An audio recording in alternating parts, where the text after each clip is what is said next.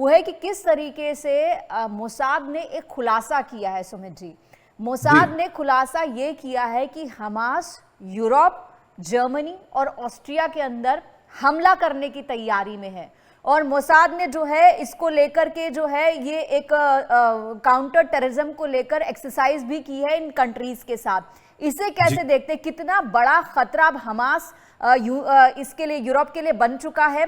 इसे Mossad control करेगा, कैसे करेगा, क्या स्टेप उठाए जाएंगे, आप कैसे देखते हैं इसे? देखिए, जो मोसाड का और जो आकलन आया है, मेरा ये शुरू से मानना था कि अक्टूबर 7 2023 के बाद सारी परतें हट गई हैं। ये इस्लामिक जिहाद, इस्लामिक टेरर है, ये और कुछ है नहीं। और इनके लिए काफिर काफिर है। इनकी लिस्ट में यहूद पहले आता है, फिर क्रिश्चियन आता है, थर्ड नंबर पे हनूद आते हैं, इनके हम।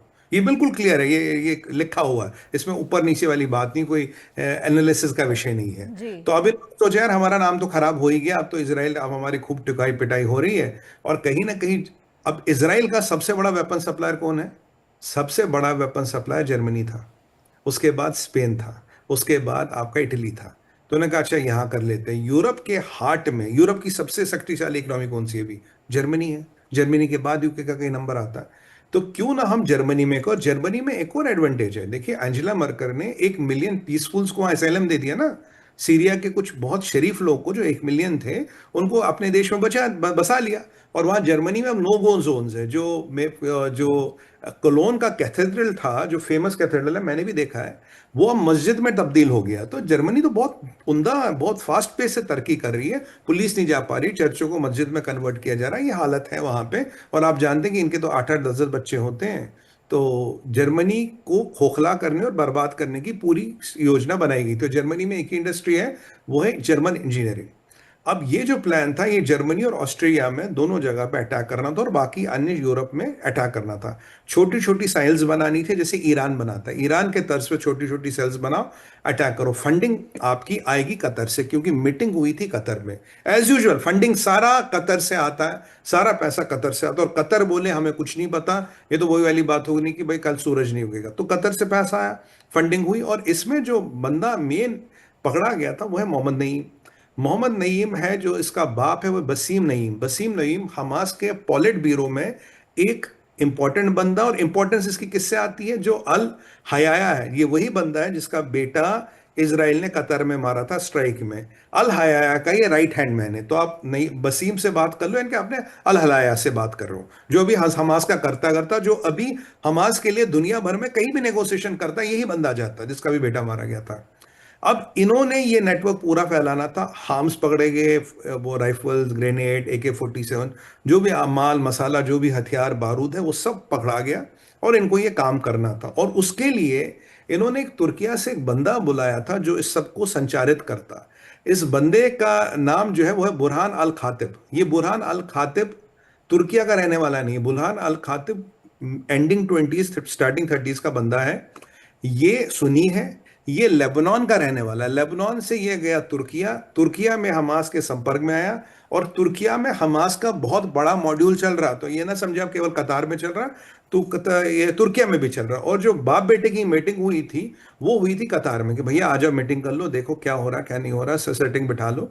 और पैसा कुछ कतर से है, कुछ तुर्किया से है। और तुर्किया ने इसको भेजा था बुरहान को, भाई तुम जाके ये कांड करो। अब ये बुरहान जो है ये पकड़ा गया, क्योंकि ये जर्मनी आया। तो जर्मनी में मोसाड ने उन्हें हेड्स अप दे दिया था, पकड़ा गया। और ये अभी नवंबर में पकड़ा गया, बहुत पुरानी बात नहीं, अभी नवंबर में ये पकड़ा गया, कुछ दिन पहले। अब इनका इरादा था कि पूरे यूरोप को डहलाना और पूरे यूरोप में एक हमास का फुटप्रिंट लाना, कि उन्हें लगा यार इसराइल में तो कोई ज्यादा कामयाबी नहीं मिली, अब पूरे यूरोप को मतलब ना बर्बाद करते हैं। अब यूरोप की इकोनॉमीज को स्टडी करें पूजा जी, 0.5 to 1.5% ग्रोथ है। अगर वहां आप कुछ धमाके कर लो, कुछ त्रासदी कर लो, तो यूरोप 10 साल पीछे चला जाएगा। यूरोप इज एजिंग पॉपुलेशन, आबादी उनकी सारी, उनकी एज, मीडियन एज बहुत ज्यादा है, इंडस्ट्रियल प्रोडक्शन कम है। मतलब हर चीज में यूरोप श्रिंक होता जा रहा है। और यूरोप में का सबसे बड़ा थ्रेट आज के डेट में इस्लामाइजेशन है। और कहीं ना कहीं एक इस्लामिक आतंकवाद और इस्लामिक टेरर की पूरी छाप यूरोप पे छोड़नी थी।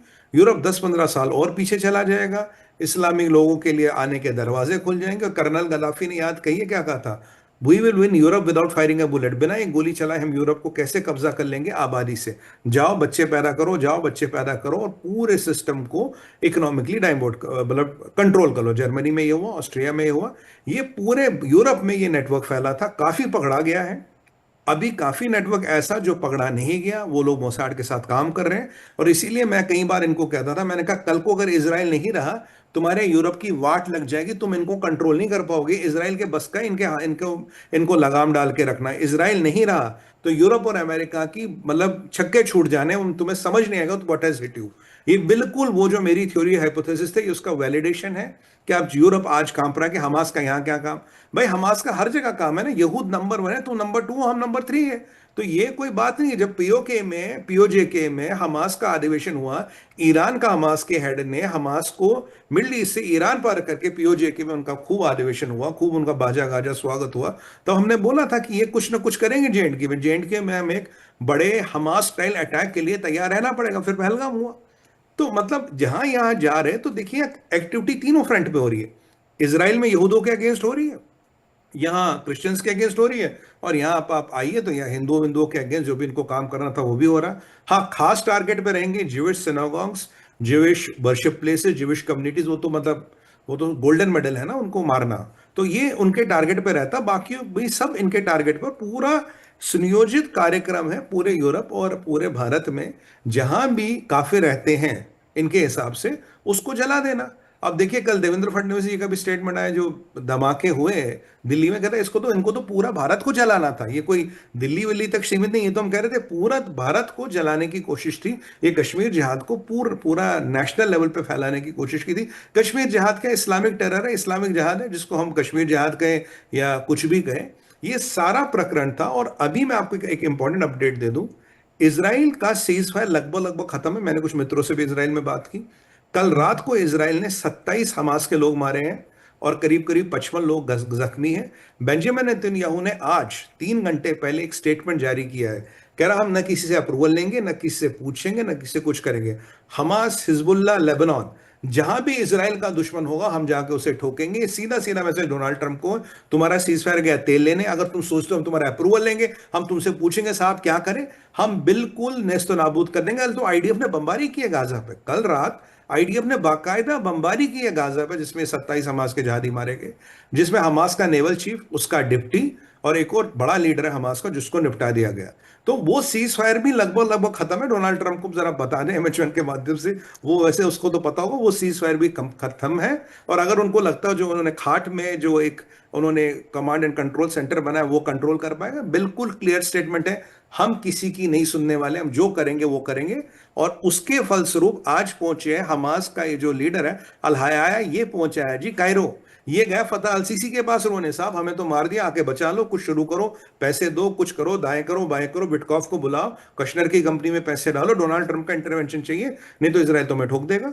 पर मुझे नहीं लगता डोनाल्ड ट्रंप इंटरवीन करे या ना करे। इसराइल की स्टेटेड पॉलिसी बहुत क्लियर है, हम किसी को नहीं छोड़ने वाले।